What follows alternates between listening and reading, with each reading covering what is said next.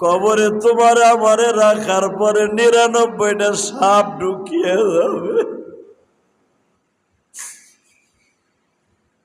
বাবা, এই ৯৯টা সাপের মধ্যে 5টা সাপ থাকবে ভয়ঙ্কর।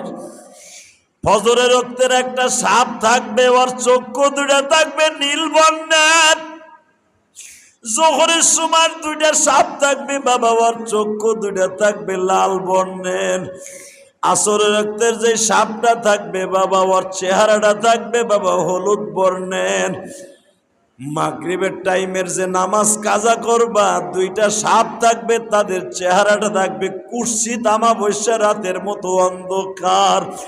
ইশারের সময় ওয়াক্তের নামাজ যারা ঠিক মতো পড়বা না বাজান রে, পুরা সাপ 2টা থাকবে বাবা, আলকাতরার চাইতে কালো।